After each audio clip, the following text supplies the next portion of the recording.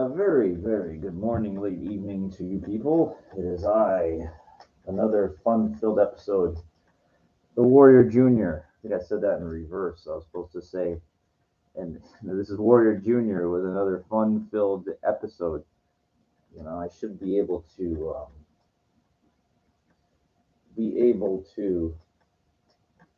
bring it to you.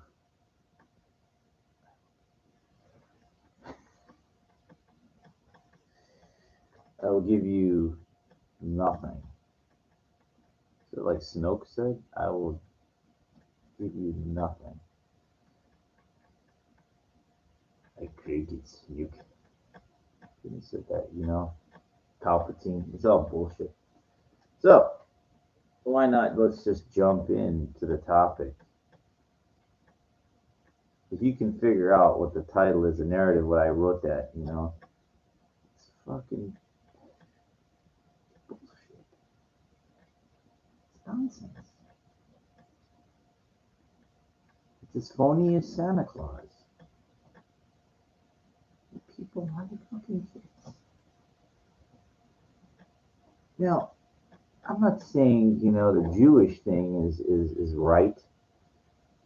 All the stuff like that. I remember I was in Jewish school in the Sunday Jewish school. They were showing us some movie. I think it was Masada. We were laughing our asses off during one scene. Me and my friend got kicked out of the class, or it's just me. I don't remember. I know it was just me for sure. But you call it Bubba Monsters. Grandma's tales. Bullshit. It's nonsense. So, chai spice with a little bit of that special ingredient. You never know when you might get rid of it, if you know what I mean. Which I did a couple nights ago. There's this Latina chick that I like. Well, she's a trooper. She's one of the hose pros, if you know what I mean. It's nice. Every once in a while, you get to do what you gotta do, if you know what I mean. Donate to the cause. Get it? Donate to the cause. Donate, with your spermatozosis. These are inside terms, but you can figure it out. Like if you listen to me enough, you'll learn Warrior Junior's lingo.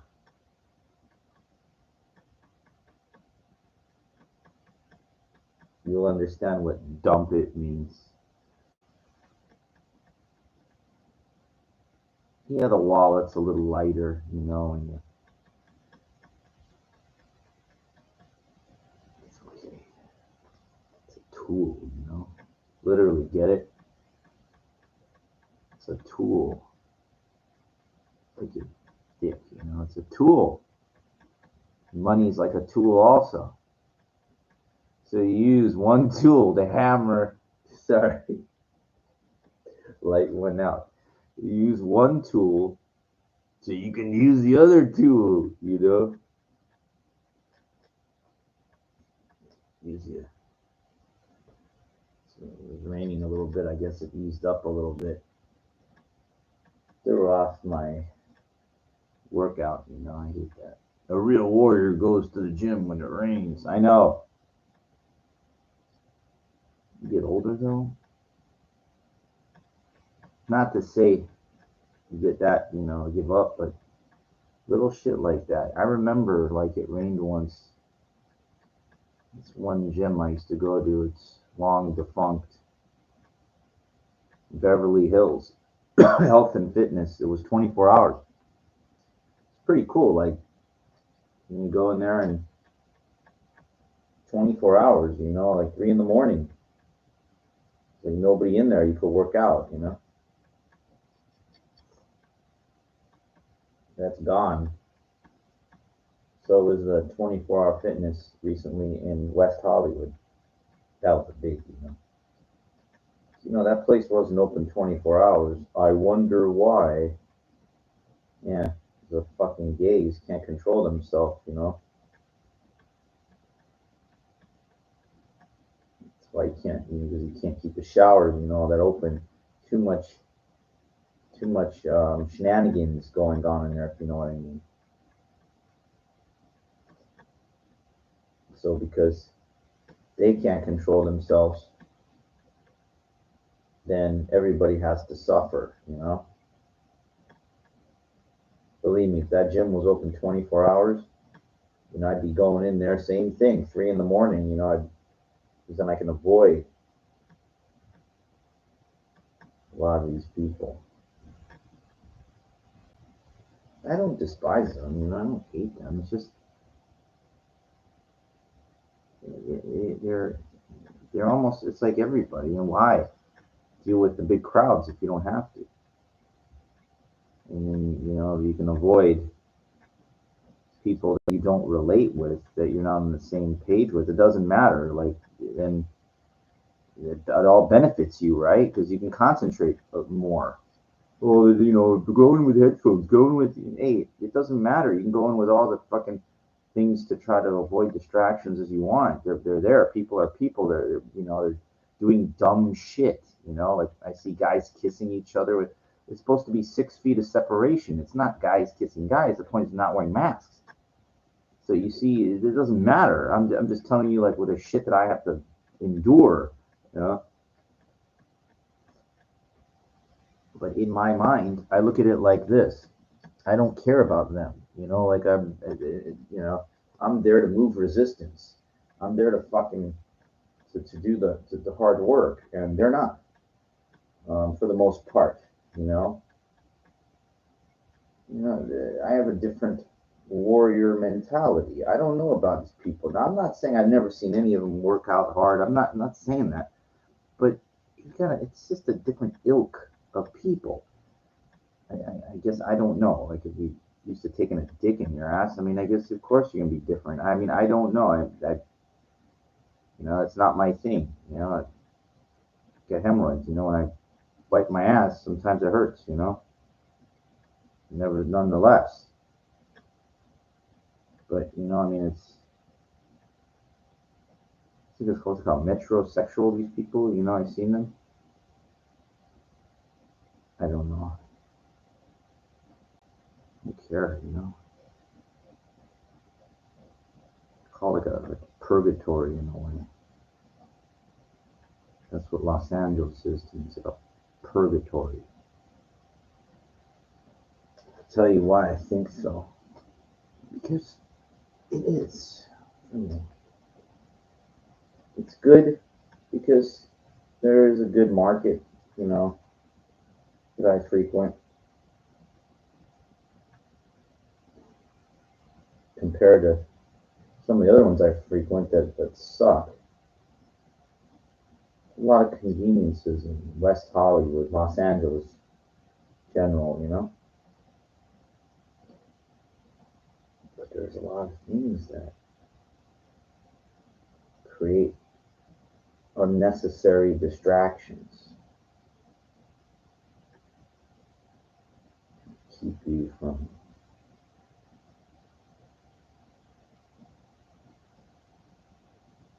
getting things that you want out of life. Here, let me talk about it. This just popped into my head. Since today is Christmas Eve, the day, it's at night, it's Christmas Eve, but every year there used to be a thing for Jewish people, stew and lose, schmoozapalooza. It was every Christmas Eve. We used to have it at various locations, Hollywood and West Hollywood.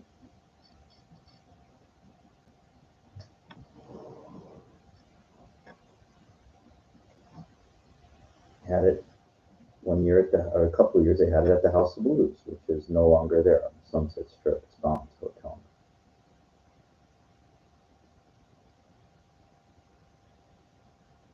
And one year, a couple of years, it was at Bootsy Bellows on Sunset, near Doheny. The guy from the movie The Ready to Rumble that went to my high school. Not David Carradine. His name escapes me, but it'll come back to me. It doesn't matter.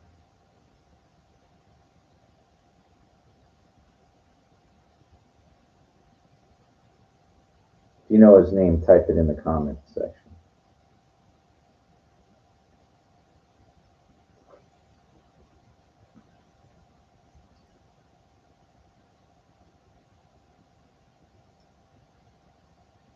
And then they moved it to this place in Hollywood. I forget the name of the venue. But it was on like off of Vine Street, something like that. No, a lot of fucking people would show up to this thing. And you would think, wow, it's a singles event for Jewish singles. What a fucking great place to maybe meet somebody. Go figure. So I would go just about every year. And I never met anybody once. Not even one fucking time. Unbelievable. This is what, well, why?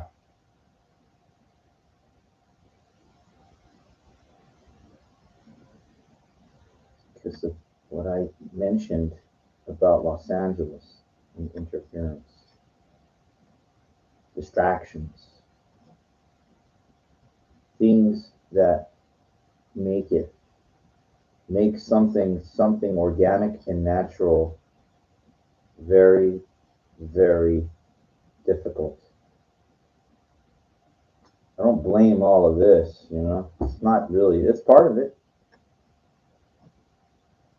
These girls bringing their girlfriends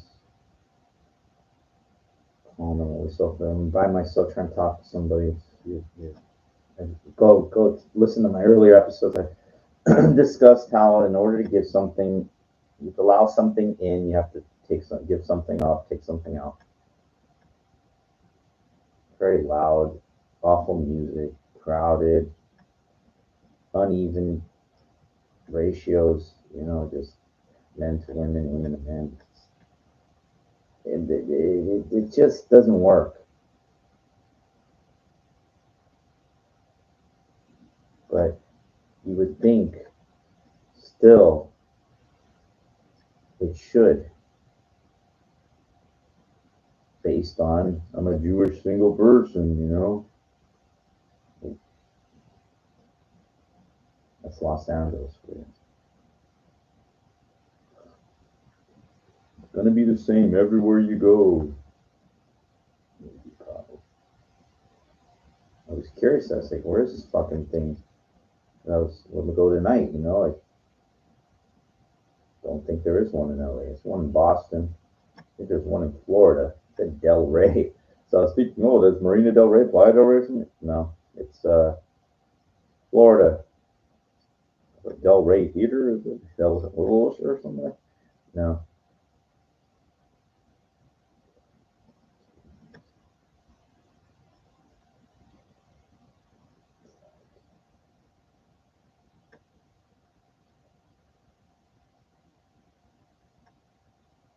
Happens when you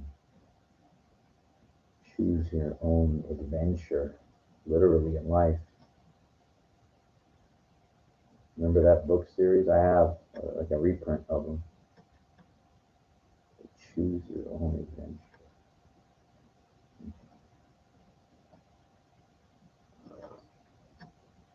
It used to really, really agitate me. Living going in an environment, in the gym, with all the gays, and then all the women that ignore you. I mean, just like, I would say this is like God's punishment, purgatory. Purgatorius, first land mammal, the dinosaur extinction event.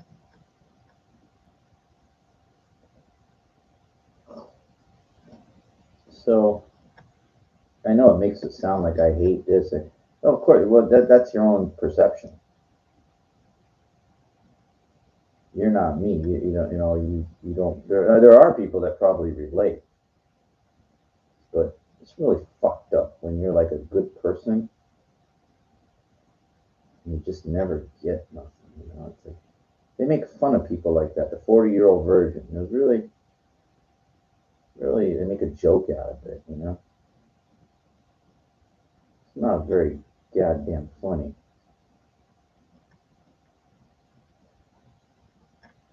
People like to laugh at other people's misery. Maybe they relate to it in some way. That's why they laugh. They're laughing with you, not at you. They're laughing with you because everybody has their own weird individual pain. Remember Star Trek V, the Final Frontier, Cybok? Everybody has their own pain. I have no pain. Even Spock had everybody. Remember that in that lounge, that wheel, the captain's wheel. They had Cybok, he's in that room, and you had the big three, you had Kirk, Spock, and McCoy. And he goes, let me show you. Let me show you what your pain is. Bring it out of you, so you can. And he said, and gain strength from it. Like it's interesting. But in a way, it's like brainwashing. Remember, like the whole idea of it. I didn't care for that movie, because the other ones are so good. Star Trek 2, I grew up with that one. 3, of course. 3. 4, the whales. How do you? It's just so hard to keep improving on something. Something had to give, and it was 5, the Final Frontier. I recently saw forget which one it was. Was it Beyond? Star Trek Beyond had the cameo of Leonard Nimoy. That was really cool. Spock meets Spock. That was kind of interesting, but I haven't seen. I watched like an opening when it showed not Into Darkness. It was a new with Chris Pine. He's a good-looking dude. But they're not. No. You can't.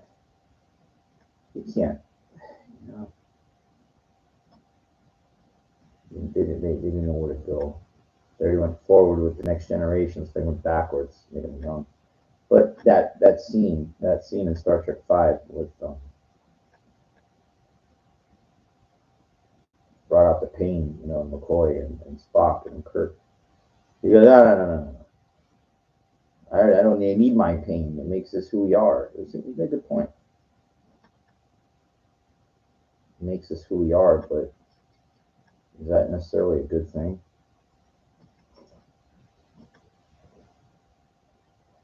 One of the reasons that I want out of here so bad, people feel safety and comfort in numbers. Like there's a guy in my building, this black guy, in a wheelchair. He works out at the LA Fitness down in like this very all black area. He's in the same building as me. I'm not wearing this, and he goes all the way down there. That's numbers, he feels comfortable amongst his own ilk, just as the gays do in my gym.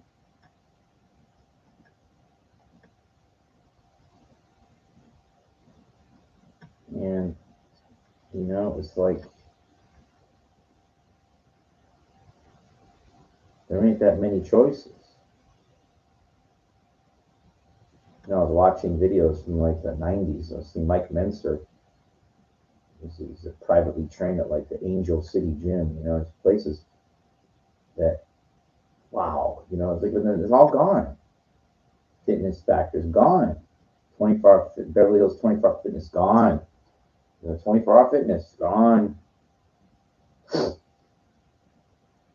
have a friend that lives about a mile from me. He schleps to Hollywood. And the killer is the travel. Because, basically working out, you want to be able to go to a place that's not too far from you so you can maximize your gains. Go there and get out and get the good nutrition going. If you're traveling so far away, then it's like just the negates. It's not worth it. He's a little out there. He's got his little mental problems and stuff. He doesn't really understand what I mean by the more you invest, the more you get out of it. He just doesn't seem to get that. Now, this Equinox, which is very, very, very expensive, and there's this other one, this Easton Gym, too, which has been around since like the 30s.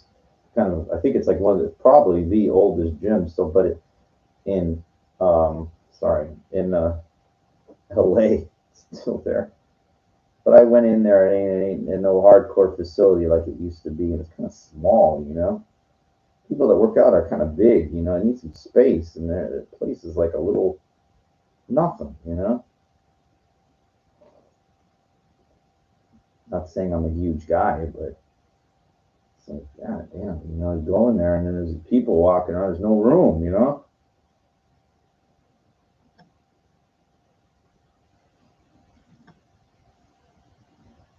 Yeah, like one Smith machine, one squat rack. One.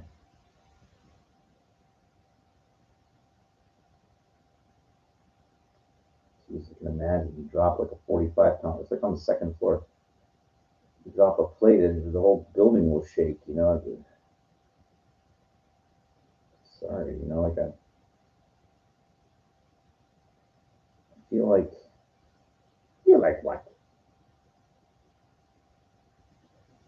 I feel like I missed my time. Like what could have been like in the 70s or something. That would have been the time.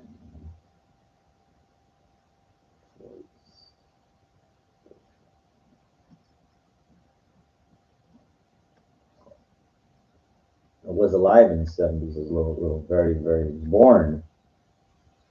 But I wish I kind of had my time when if it would have been. Never really got it.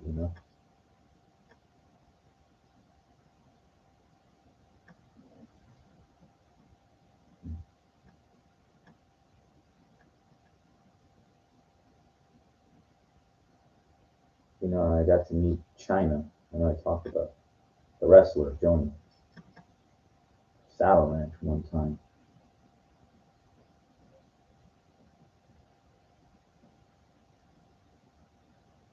I remember when she stood up.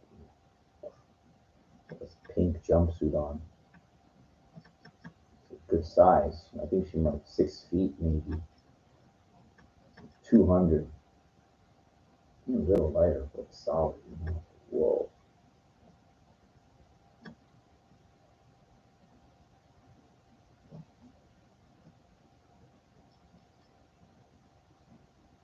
I talked about this many times before. I love talking to people that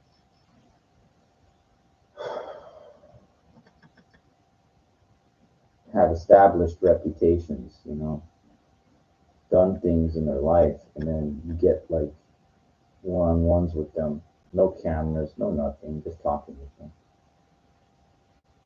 Seeing like what makes them different, makes them tick. You can try to figure that out.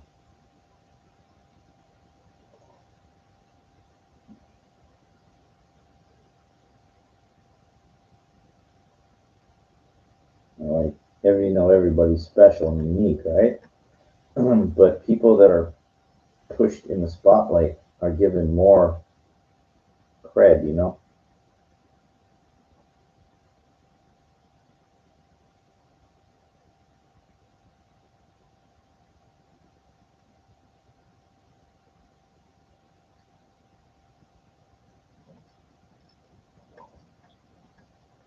Yeah, people want that credibility, you know. They want to become something.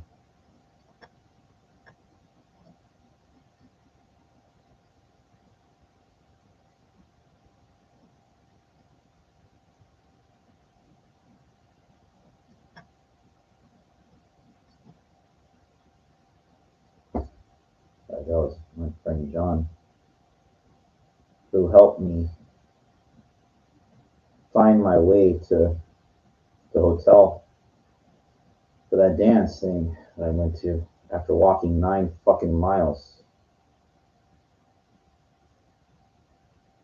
He just had his third kid, and it's amazing that I remember like one time he was like 16 or something when I was in my 20s. Went to that Beverly Hills. That was a place I'd work out. He remembers it to this day. We did something like 18 sets of bicep curls. Oh man, I didn't know what I know now, but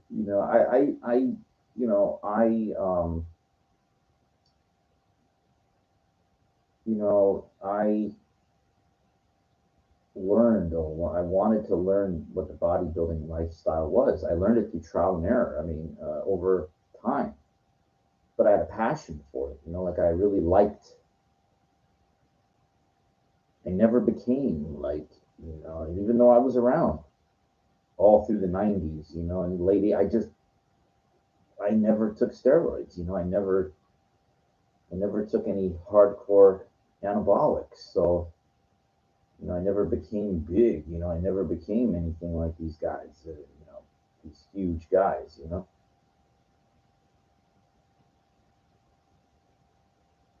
I think damn near close to 200. I know that.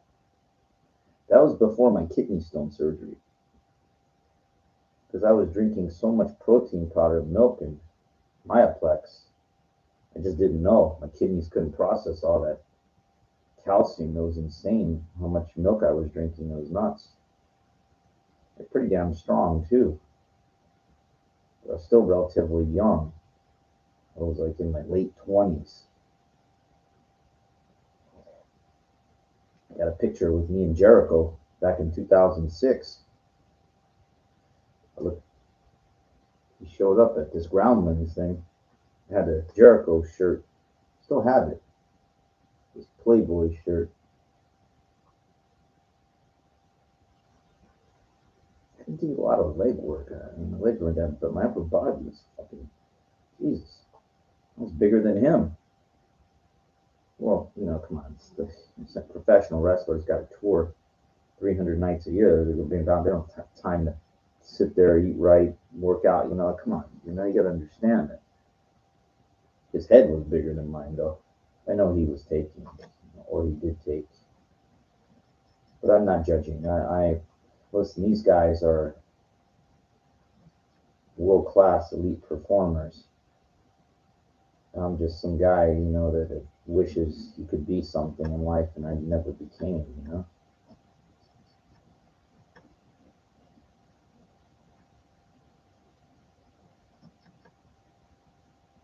So all you can do is try.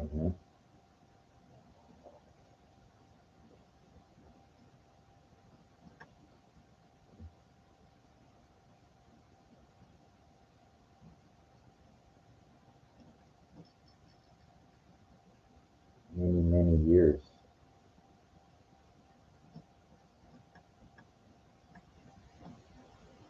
Many, many years.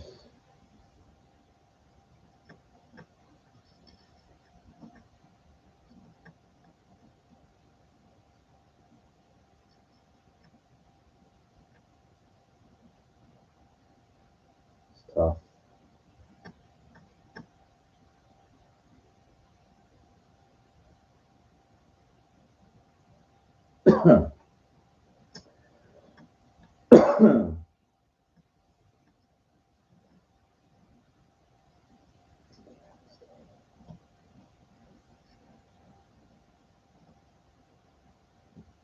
What isn't tough, right?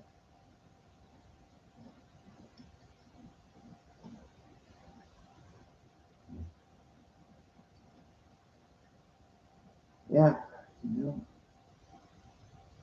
I think about that sometimes. When I go to the gym and just putting all this fucking time. I'm like, what the fuck am I doing this for? Until you can figure out something better to do. Same thing with my doctor degree. The same fucking thing. Spring starts January 10th. I'm like, why am I? I don't have nothing. I don't know what else better. What's better to do? So that's my philosophy. Until you can figure something else out that's going better, grind. Fucking just grind.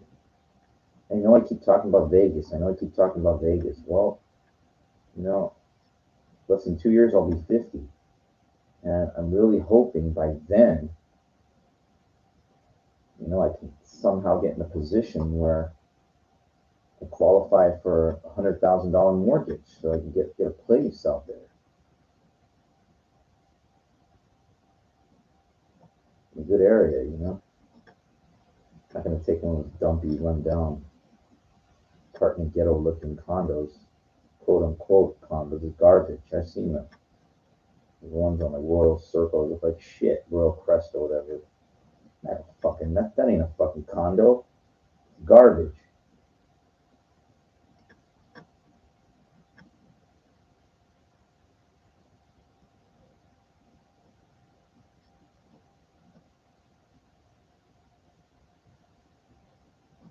Talked about this in my last episode about no one's gonna help you. You gotta figure this shit out on your own. Thank God I never got married or no kids or anything. Thank fucking God.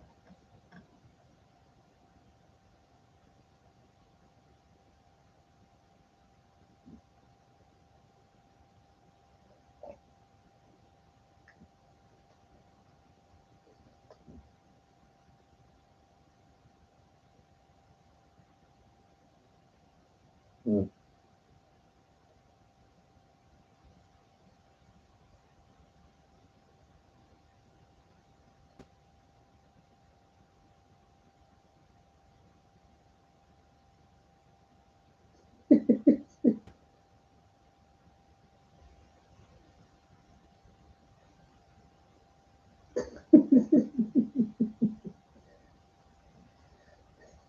Sorry, I'm having fun here.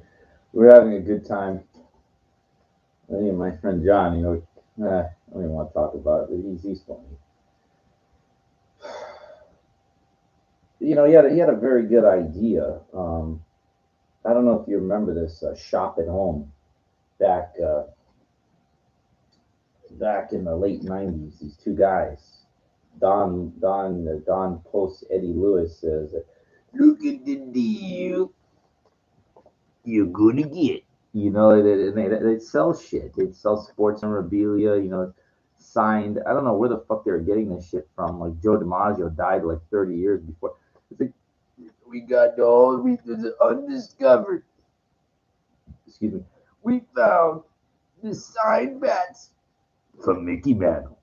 You know, you're guaranteed to get a signed card. Like they would show all this stuff, signed balls, bats. Don Sutton, Don Larson. Have all this crap under these people. Like all the famers. They open up like junk wax. You get all these cards. You get, and then the other guy would come in. Yeah, you can get all these cards. You get like you come in. And that guy got tired. He was starting to sweat. He goes, all these superstars. It says Nolan Ryan, 1986. Nolan Ryan. His cards ain't worth nothing. And it's showing you cards after you know, that's a rookie. The guys that say, yeah, you get all these.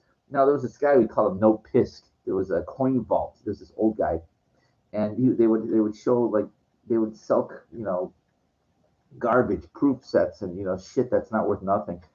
And like every once in a while like silver dollars and crap. And but he wouldn't make a face. We call him no pisk. That means like a no face in poker. Like you don't show him. Like you don't like it's garbage. And the guy, I don't know how the hell he would do it, but he wouldn't make a face. Like it was real serious. He goes, and he would talk up the products. He would talk up but it's all garbage. Like I'd be laughing. You're trying to sell people crap. Garbage stamps. Like junk. You know what I mean? It was stuff that they could get a ton of that has no value. It was ridiculous.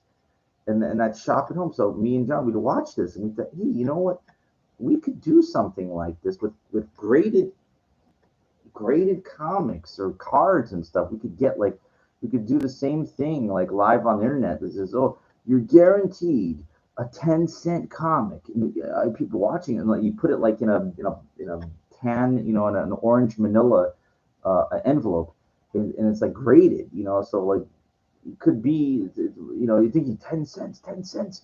It could be Action Comics #1, that's 10 cents. Well, yeah, well, there's also 10-cent comics that ain't worth $3. It just depends. Golden Age, 10 cents goes all the way up to the Silver Age, till the 60s. And there's a lot of junk out there. There's plenty of it. I got piles of comics that ain't worth nothing. A 10-cent 12 cents, like they all people, ooh, 12, it's 12-cent comic. It doesn't matter. It doesn't matter. It's like graded cards. I remember I went to a sale in Pomona. I bought like PSA, the tons of, for $5 each. The grading cost more than that back then. Like it was just junk. You know what I mean? It's I mean, the good shit exploded in price. I mean, I heard about I read about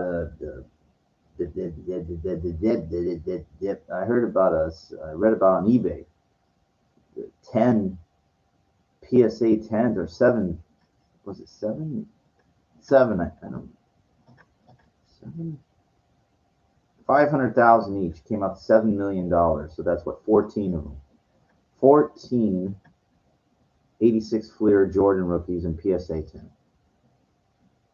$7 million somebody paid, and it's not like it was a real pay because it was through probe sign auction. So 500,000 each card. You control the market, like is what they said. I don't know, well, it depends how many PSA 10s there are out there. You don't really control the market. It just it just depends.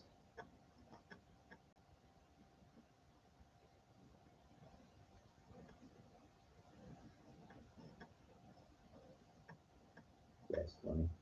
It's. Mm,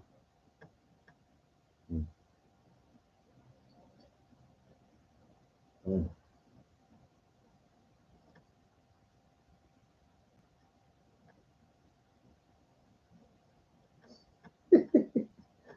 Yeah, you gotta understand it. It's not that simple. Like just get on the Twitch or whatever feed and sell stuff, sell stuff. It's not that simple. Number one, your inventory that you're selling, and what's your profit margin? Like, how much you think you're gonna make? Like, I could pull out graded cards right now, and you think these people are gonna throw money at it? Like, it's so easy, like to get all the people to watch. What they do now is gambling. They do the box breakers thing, that nonsense, and that's nothing more than gambling. It's stupid, like, and people fucking fall for it because the kids, they're guaranteed a card, but it's like they don't open up. I mean, they pre-sell the full box, like the whatever, the 86 Fleer basketball, whatever. And once it's all paid for, then they go and buy it, and so they make a little money on top of it, but they open it up live on the thing, and they open up the packs, and everybody's looking for the Jordan rookie, the golden ticket. I know that whole sham, and it's you got to build a big customer base and send out all the cards. I don't like it. I don't like it. Um, it's just, oh, sorry. The whole idea is to move away from the gambling, not back towards it. And that's the problem. This cryptocurrency and shit. I told you I lost 28 million Shiba Inu coins. Lost. It's gone. Through Coinbase. Stolen. And they won't refund me. They go, case closed. We're not giving your money back. It took me 2 months to get back into my account, and they're gone. Nothing. Somebody I read they lost $1 million, close on 200 Bitcoin. They had 200 Bitcoin like a year ago. They're part of the same hack, elaborate hack that it's like $1 million gone. And Coinbase gave them $500.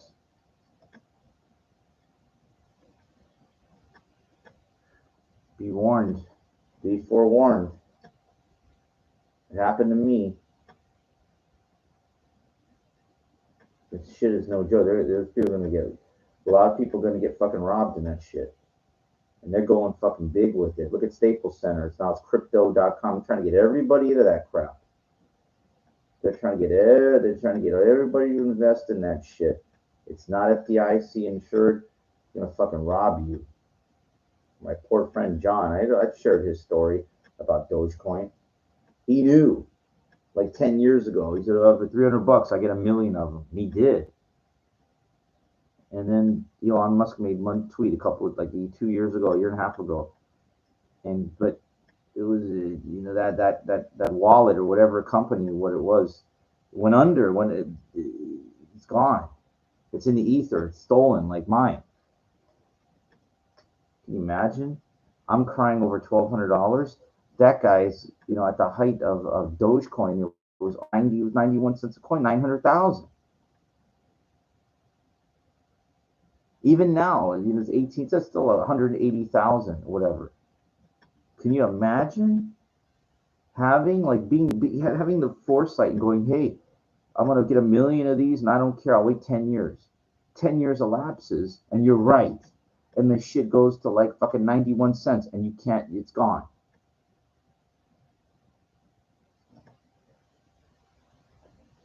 You're literally almost like a millionaire, like off of one thing. It's like once in a lifetime.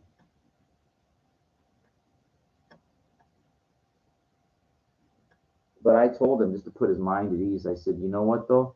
At least your mentality, like you'll hit something else. It's just, look, I thought my thing with palladium futures. I'm sorry. And now I'm watching it every fucking day. I'm seeing, oh God, he was up $189 in one day, then up $50, down $100. I'm sitting there going, God, and at 1,800, 1,900 ounce. That kind of swings. Some people are making some serious fucking money in those futures. Serious fucking money if you can buy the contracts cheap enough. But I think those contracts are like 18,000. So whatever. It's. I just,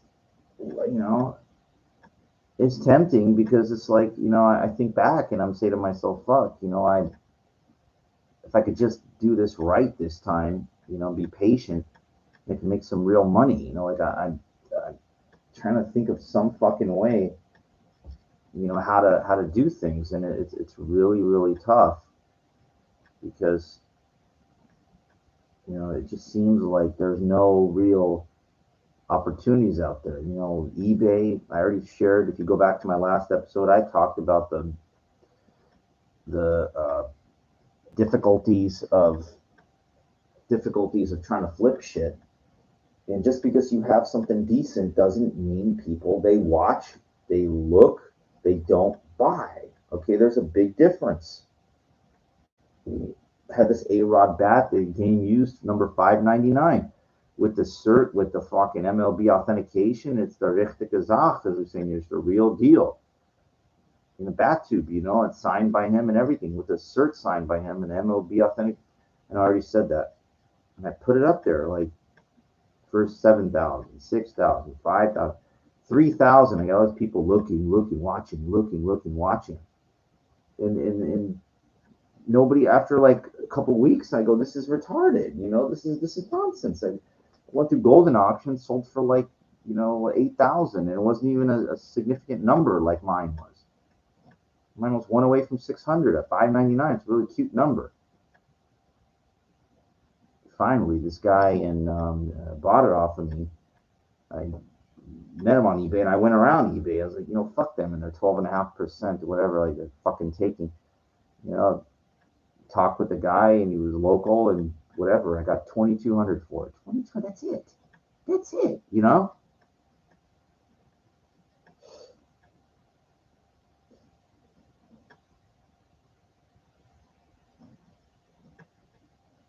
I paid $1,750 for it like 2 years ago.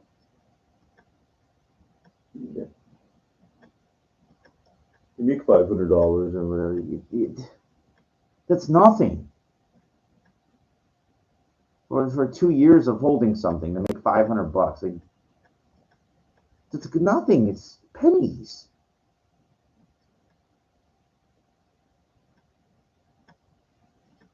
It's almost worse, like holding gold for 2 years. It's the same thing. Maybe less. Maybe you make nothing on that.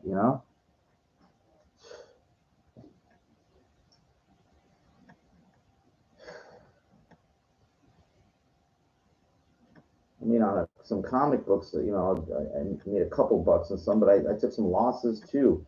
Those people, they're notoriously cheap. I almost said perpetually cheap, but they're notorious for being cheap. I mean, it's like I went to that LA Comic Con. I schlepped with my backpack full of CGC graded books. Like whatever what I had left there. One guy bought off me. I had 80 graded books at one point. I just, it's just not that simple. It's not like open up the Overstreet. Okay, well, this book rate doesn't matter. Doesn't matter. It's popularity. It matters what people are collecting. It doesn't matter if it's fucking golden age, platinum age, silver. It doesn't fucking matter. It matters what it is. What it is. And if people want it, that's it. That's it. And I had Spider-Man books. I had double covers. I couldn't give away. I could not give it away. I couldn't fucking give it away. $40. Fucking God. I mean, I'm sorry. I just, collectible business. I mean, it's like, you could sit on stuff for, I'm telling you, you could tie up money and stuff, and you could just sit there going, I got all the money tied up in this crap that nobody's buying, you know? Like my friend Johnny is bragging about his some Scottie Pippen upper deck card numbered to 33 signed by him. And I says, I'm trying to tell this guy, and he knows, but I'm just reinforcing what it is. I go, dude, no disrespect to Kobe or LeBron, but there's only one GOAT, and that's it. There's Jordan, that's it, that's all. And end of story. So there's a reason why, like, he says, well, yeah, that his card that goes to 23, that one goes for all the money. And, Scottie Pippen is nothing but a side dish, if that, not even. Compared, it said not even an appetizer, nothing. It would go along, like as I'm a millionaire or whatever. It said, look, I want that Jordan signed card. It's like, whatever, it's 50 grand or 75,000. And I'll take the Pippen too for like 4,000 because it goes with him along with Rodman. The unbelievable, the Jordan Pippen Rodman combo. That's the only way somebody's gonna buy that if because it's not a big deal. It's just not, like it's it's not. Who fucking cares? I mean, I'm sorry, I hate to say it, but you're talking like everybody thinks they have like something. It doesn't matter. It's like second place. It's nothing. It's not the big thing. It's That's exactly why Jordan stuff goes for that kind of money. Because he's the GOAT, and that's end of story, you know? It doesn't matter like who's won. It doesn't matter Barry Bonds is all-time home run king. It doesn't fucking matter. It matters that he's not very collectible. Now his bats are, it's an exception.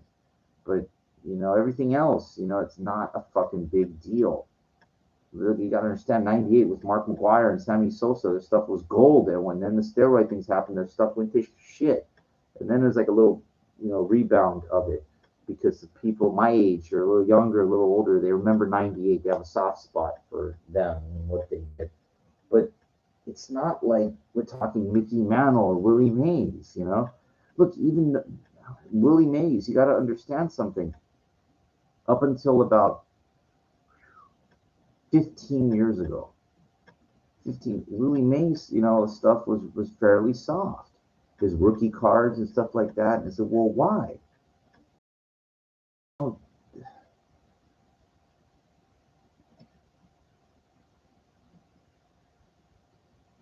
it's just the big money, the white people that have money. Now I'm generalizing, but this is a fact. I'm not like making hypothetical, whatever. I'm telling you like what it is. They would buy Mantle, Maris, Babe Ruth, and they wouldn't buy the black. They wouldn't buy Willie Mays. It wasn't, he was respected, but he wouldn't command Mantle money. Now what happened was once the grading started coming in, PSA and stuff. Then it wasn't really the BLM movement. It wasn't that, but collectors started to say, and then players started to die. Hank Aaron. That was not too long ago, but he started to say, hey man, this guy like Willie Mays, this guy is a fucking goat. Like he was that good. And it drove up the popularity, the price of the value of his high end cards, high end. Because it's from 50, whatever, what's the rookie, 52? Same as Mantle.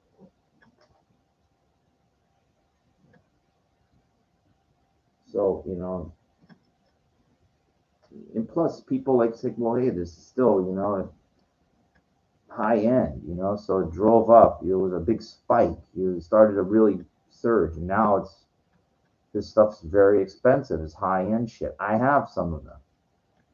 Not his best of the best. I can't afford that. But the thing is that that was the you know. But I remember like this shit was soft. This shit was fucking soft for a long time.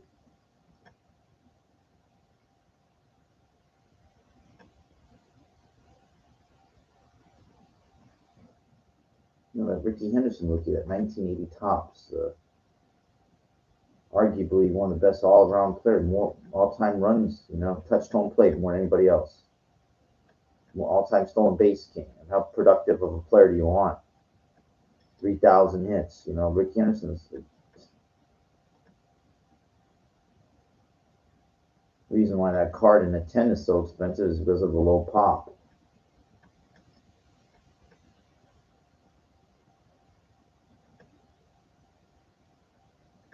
Nolan Ryan rookie. I don't think there's a 10 out there. I'm not sure. Or there's one.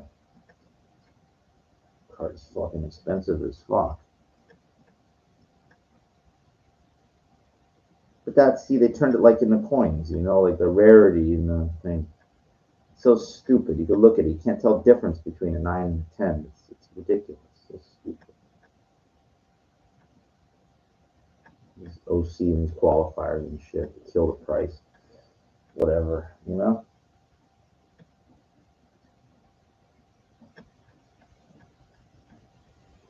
Like about a year ago, there was a big surge in graded cards from people. I guess people are cashing out their crypto. People have made money, want tangible assets. They're buying high graded cards and stuff. It cooled off a lot. The market cooled off a lot.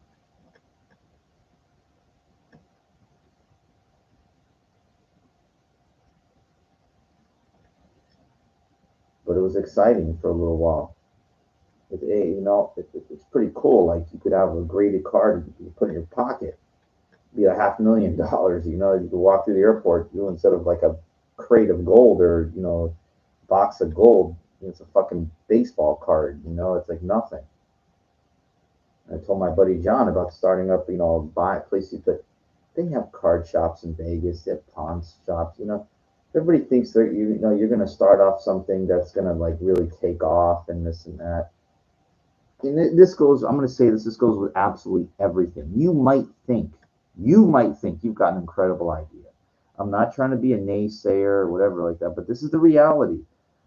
What you think your idea is not. It's only to you. It's only to you. You might think it's a great idea, but then when the reality comes to fruition, to follow it through, you're going to find out the reality. It's more than likely not. More than likely not.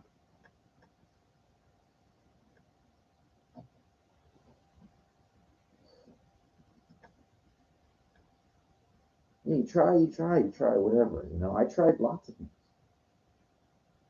I tried drop shipping. I tried this. I tried flipping cards. I tried all this kind of shit. And for the most time, it's dry. It's like you're buying shit, and I just told you about the bats that I bought. 2 years, $500. It's nothing.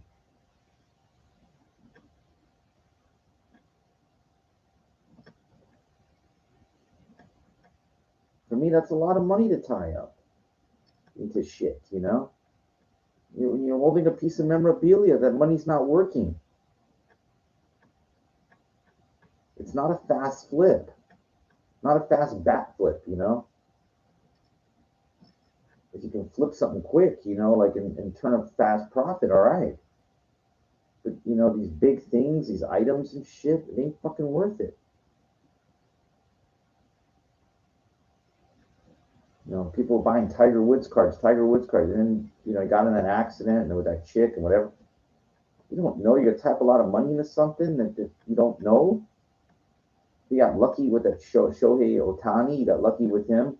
Congratulations. If you had that card, who the fuck had that card? Who the fuck knew that guy was gonna get that many home runs as a pitcher? Who the fuck knew? Everybody was buying Mike Trout and Fernando Tatis Jr. or whatever. I don't know.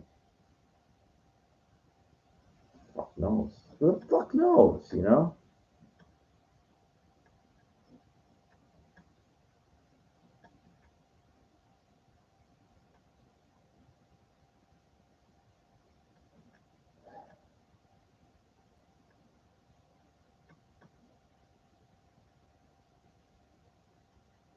It's supply and demand.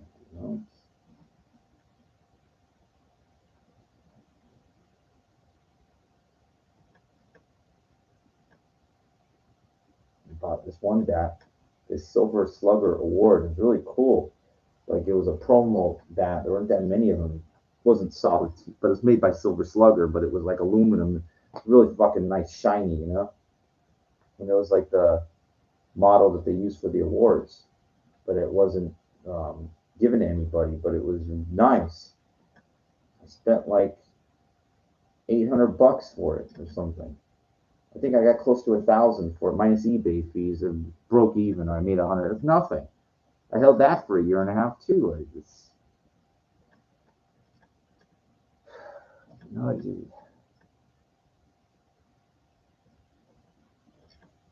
just lessons, man. Just lessons. Buying this shit and tying up all that money, and I got sick of it. I mean, I dealt with this shit my whole life. Sports memorabilia, comics, movie props, sci-fi stuff, cards. Memorabilia is, it's very, very, very difficult to flip stuff.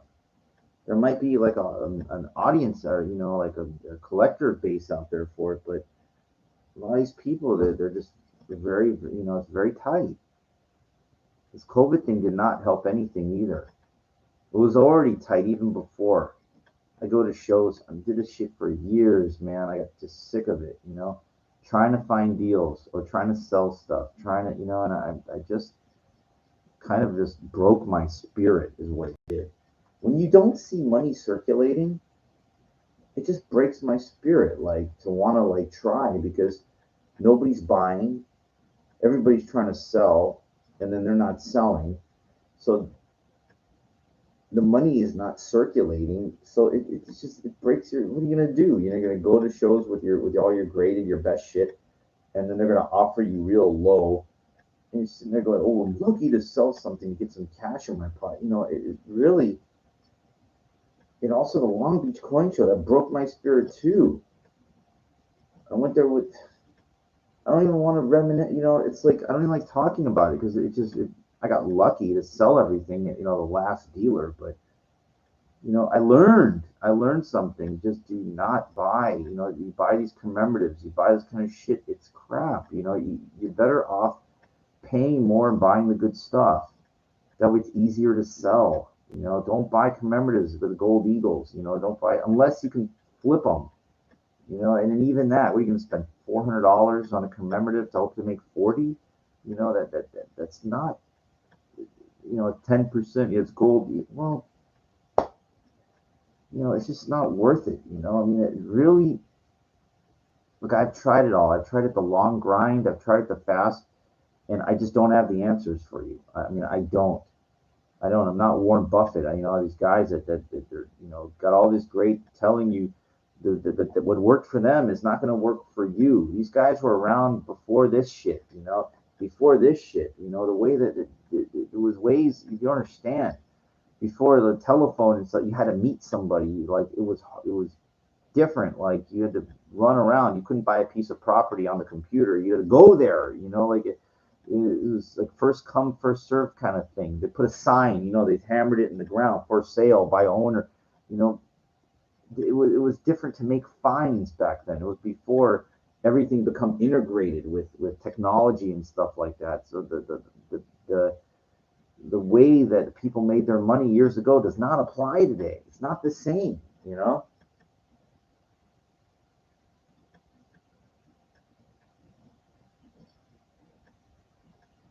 So asking advice from these people, it's a lot of it is inconclusive. It's irrelevant. So you're not going to learn anything from them. You might think, well, look how rich they are. It doesn't matter. It doesn't matter. What worked then does not apply today. A lot of it doesn't. Some does, but a lot of it doesn't. I read that book, The Intelligent Investor, 900 pages, 800 pages. Benjamin Graham, who is Warren Buffett's, uh,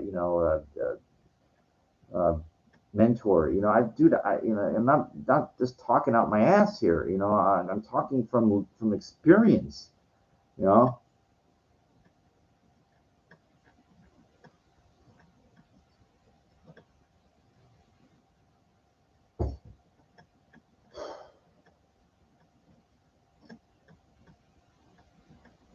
anyway, that's all I'm gonna say right now. An hour is enough.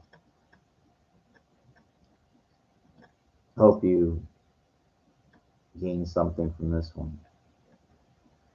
This episode.